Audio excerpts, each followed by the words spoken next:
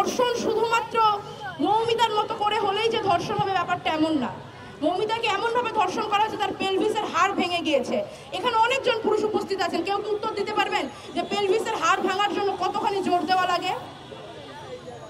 তনুর চোখ খুবলে নেওয়া হয়েছিল, কতখানি নৃশংসতা থাকলে একটা মেয়ের চোখ খুবলে নেওয়া যায়?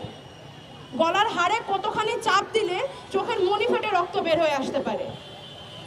আমি মনে করি মৌমিতার সাথে আজকে যেটা হয়েছে এটা প্রমাণ করে দিচ্ছে, আমাদের চোখে আঙুল দিয়ে প্রমাণ করে দিচ্ছে যে নারীদের অবস্থানটা সমাজে কোথায় এসে গিয়েছে। মৌমিতার পুরো শরীর জুড়ে ছিল আঘাতের চিহ্ন, মৌমিতার গলার দুটো হাড় ভেঙে গিয়েছে।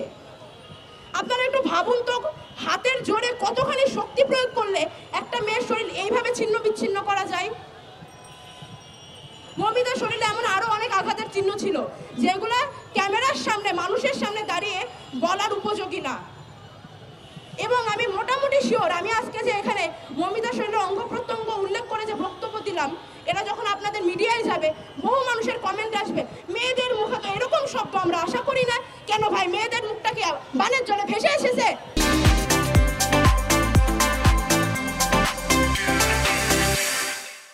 তারপরে একদল এসে বলবে যে সমান অধিকার দেওয়া হয়েছে, বাসে সিট রাখা হয়েছে, এখন আর ভিকটিম কার্ড, মেয়েদেরকে একটু কিছু বললেই মেয়েরা ভিকটিম কার্ড ঠেলে দেয়, বাসে তোমরা সিট চাইবা আবার সমান অধিকার চাইবা। রিয়েলি ম্যান, এই যদি হয় চিন্তা ভাবনার অবস্থা, তাহলে মৌমিতা কেন? মৌমিতাকে যদি 4 টুকরা করে ভাসিয়েও দেওয়া হতো তারপরেও কোনো মেয়ে বিচার পাইতো না। আমি 2012 নির্ভয়া হত্যাকাণ্ডের কথা এখানে আমি একটু উল্লেখ করতে চাই। নির্ভয়াকে যখন ধর্ষণ করে খুন করা হয়, সে তাৎক্ষণিক মারা যায়নি, জীবন যুদ্ধে সে অনেকদিন লড়াই করে তারপরে মারা গিয়েছিল, তবুও সেটা আমরা খুনই বলবো। এই নির্ভয়ার জনিদারে লোহার রড ঢুকিয়ে দেওয়া হয়েছিল। কোন ধরনের মানসিকতা মানুষের মধ্যে তৈরি হলে আরেকটা মানুষের সাথে, সে নারী কিংবা পুরুষ, আরেকটা মানুষের সঙ্গে এই ধরনের কাজ করতে পারে? এখানে তো আসলে নারীদের ধর্ষণের কথা। আপনারা নিজেদের এরিয়াতে, নিজেদের পেরিফেরিতে, নিজেদের বন্ধুদের জিজ্ঞেস করবেন, ছোট ভাইদের জিজ্ঞেস করবেন, তারা জীবনে কতবার ব্যাড টাচের শিকার হয়েছে। একটা বাচ্চা ছেলেকে জিজ্ঞেস করে দেখবেন তারা জীবনে কতবার বলাৎকারের ভয়ের মধ্যে দিয়ে গিয়েছে। ধর্ষকের কাছ থেকে নারী, পুরুষ, শিশু, বৃদ্ধ কেউ নিরাপদ না।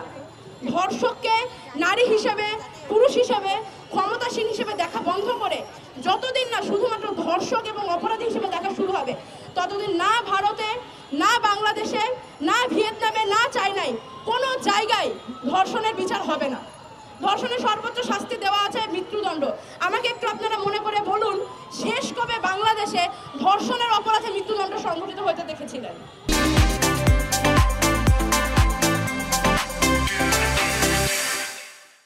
আইন আছে কিন্তু বিচার নাই। যখন বিচার চাওয়া হয় তখন বলা হয় আমরা তো আইন করেছি, আর কি আইন করতে পারি? আইনটা করা হয় কিন্তু বিচারটা করবে কে? আর এই বিচার যদি জনগণ নিজের হাতে তুলে নেয় তখন সেখানে চলে আসে মব জাস্টিস, নিরীহ মানুষদের প্রাণের উপরে তখন আশঙ্কা চলে আসে। তাহলে বিচারটা করবে কে? এই পৃথিবী জুড়ে নারীদের প্রতি, শিশুদের প্রতি যৌন সহিংসতার বিচারটা করবে কে? আইন তো দেশে দেশে হচ্ছে। আমরা আজকে এখান থেকে জানাতে চাই আমাদের নতুন কোনো আইন দরকার নাই, আমাদের এবার বিচার দরকার। মৌমিতার বিচারকাণ্ড সমাপ্ত করা হোক, নির্ভয়ার বিচারকাণ্ড সমাপ্ত করা হোক, তনুর বিচারকাণ্ড সমাপ্ত করা হোক, নুসরাতের বিচারকাণ্ড সমাপ্ত করা হোক। আমরা এবার বিচার দেখতে চাই। আজকে বাংলাদেশের পক্ষ থেকে, ঢাকা বিশ্ববিদ্যালয়ের শিক্ষার্থীদের পক্ষ থেকে, নারীদের পক্ষ থেকে আমি জানাতে চাই, যতগুলো ধর্ষণের ঘটনা ঘটেছে সবগুলো অপরাধের কঠোর বিচার নিশ্চিত করা হোক। আইনের আশ্বাসে আমরা আর ভুলতে রাজি না।